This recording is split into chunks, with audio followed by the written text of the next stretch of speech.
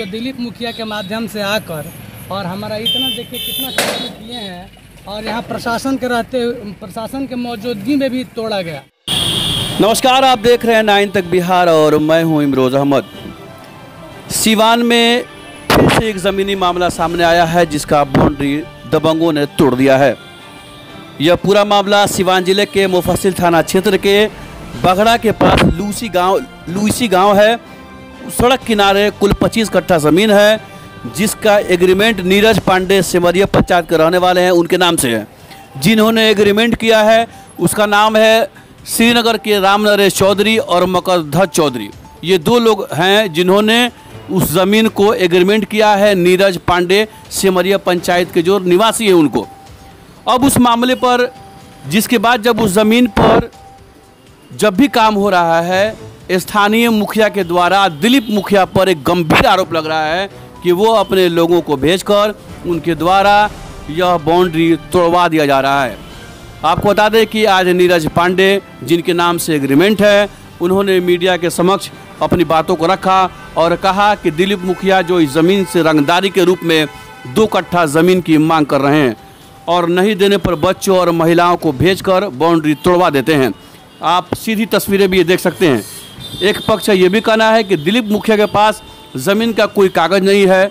जब यह मामला पुलिस के पास गया तो विपक्षी दिलीप मुखिया टाइम लेते हुए कि पेपर दिखा देंगे और पेपर नहीं दिखाए।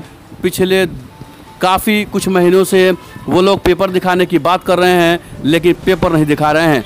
वहीं नीरज पांडे ने कहा कि मारपीट करने का और जान से मारने की धमकी भी दी जाती है और दिलीप मुखिया के द्वारा इस तरह के काम को अंजाम दिया जा रहा है। और आपको बता दें कि कुल 25 कट्ठा ज़मीन है।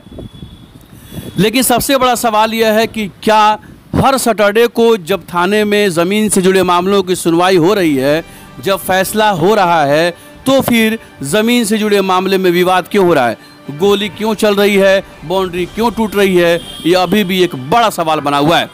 आपको बता दें कि जब इस पूरे मामले पर दिलीप मुखिया से हमारी टीम की बातचीत हुई तो उन्होंने कहा कि मैंने इन लोगों का पेपर मांगा था, इन लोगों ने पेपर नहीं दिया था, जिसके बाद से मैं इसमें कुछ नहीं हूँ। कुछ लोगों का दावा है कि ये ज़मीन उन लोगों की है तो वो लोग पेपर नहीं दे रहे हैं।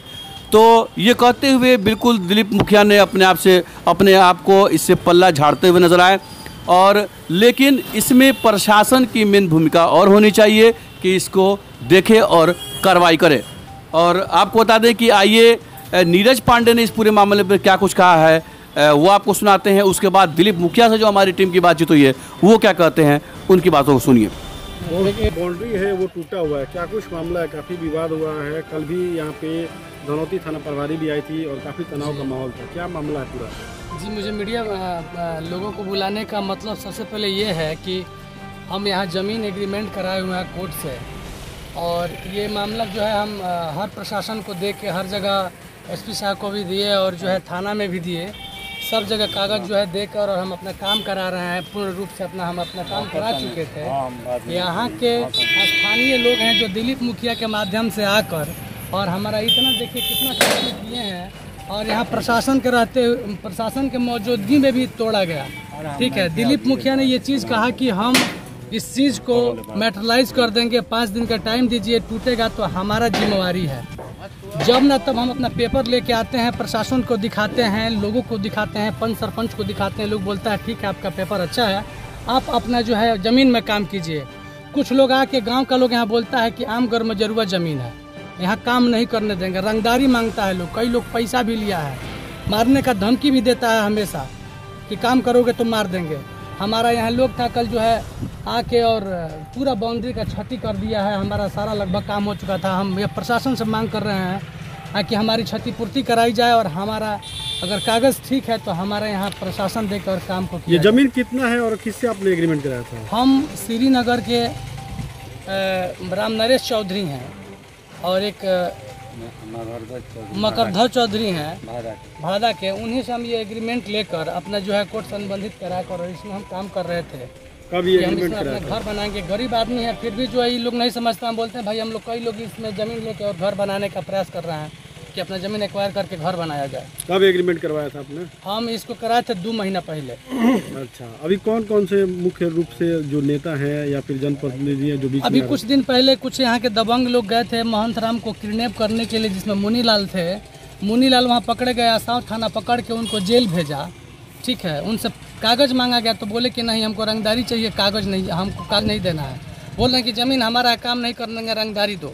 यहाँ के बहुत बाहुबली लोग हैं जो इनको भी धमकाते हैं, हमको भी धमकाते रहते हैं कि बिना पैसा दिए काम नहीं करना। सवाल सबसे बड़ा यह है कि जब आपका एग्रीमेंट पक्का है, आप जब ये प्रशासन को दिखाया है तो प्रशासन क्या कह रही है? ये लोग अपना कागज लेके गए थे कि नहीं गए थे? नहीं, प्रशासन में लोग कोई भी कागज लेके नहीं जाते हैं और यहाँ जबरदस्ती का माहौल बना के और हिंदू मुस्लिम का यहाँ खेला खेल के अपना राजनीतिक रोटी सेकना चाहते हैं जमीन पर। तो हिंदू तो आप भी हैं, तो फिर हिंदू मुस्लिम कौन कर रहा है? अब हम कभी कभी यहाँ नहीं रहते हैं, हमारे सहयोगी लोग हैं जो काम कराते रहते हैं यहाँ।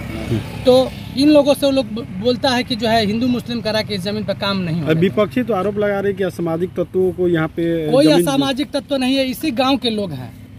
यहाँ इस गांव में कोई असामाजिक तत्व का धारणा वाला लोग नहीं है। सब लोग मौजूद हैं यहाँ। सबके घर में जाके पता कीजिए कि कौन असामाजिक तत्व के लोग हैं। यहाँ सामाजिक तत्व के लोग वही है जो काम रोक रहे हैं। क्या मांग करते हैं प्रशासन से? प्रशासन से हम यही मांग करना चाहते हैं कि सबसे पहले प्रशासन हमारी क्षति जो है वो पूर्ति कराए और कानूनी कार्रवाई जो है ठीक से करे। क्या नाम है आपका? कहाँ घर? मेरा नाम हुआ नीरज पांडे, मेरा घर हुआ सेमरिया पंचायत में। कितना का टोटल जमीन है? टोटल जमीन है मेरे पास यहाँ है 25 कट्ठा। ठीक ठीक ठीक। कह रहे हैं सर कि आपके यहाँ वो जो गाँव में जो 25 कट्ठा का जो मामला है, उसमें एक पक्ष का है आरोप कि आपके द्वारा उनका एग्रीमेंट, आपके द्वारा उनका बाउंड्री तोड़वा दिया जा रहा है और एग्रीमेंट उनके नाम से है। और आप लोग जब ये मामला पुलिस में गया तो आप लोग समय मांगे कि भाई हम लोग पेपर दिखाएंगे, लेकिन आप लोग दिखा नहीं रहे हैं। उसके बाद से आप पर 2 कट्ठा जमीन इसमें मांगने का रंगदारी में आरोप लग रहा है। इस पूरे मामले पर आपका क्या कहना है? हमारा स्पष्ट बात है कि जो भी बात है बेबुनियाद है। तरह तरह का हथकंडा अपनाया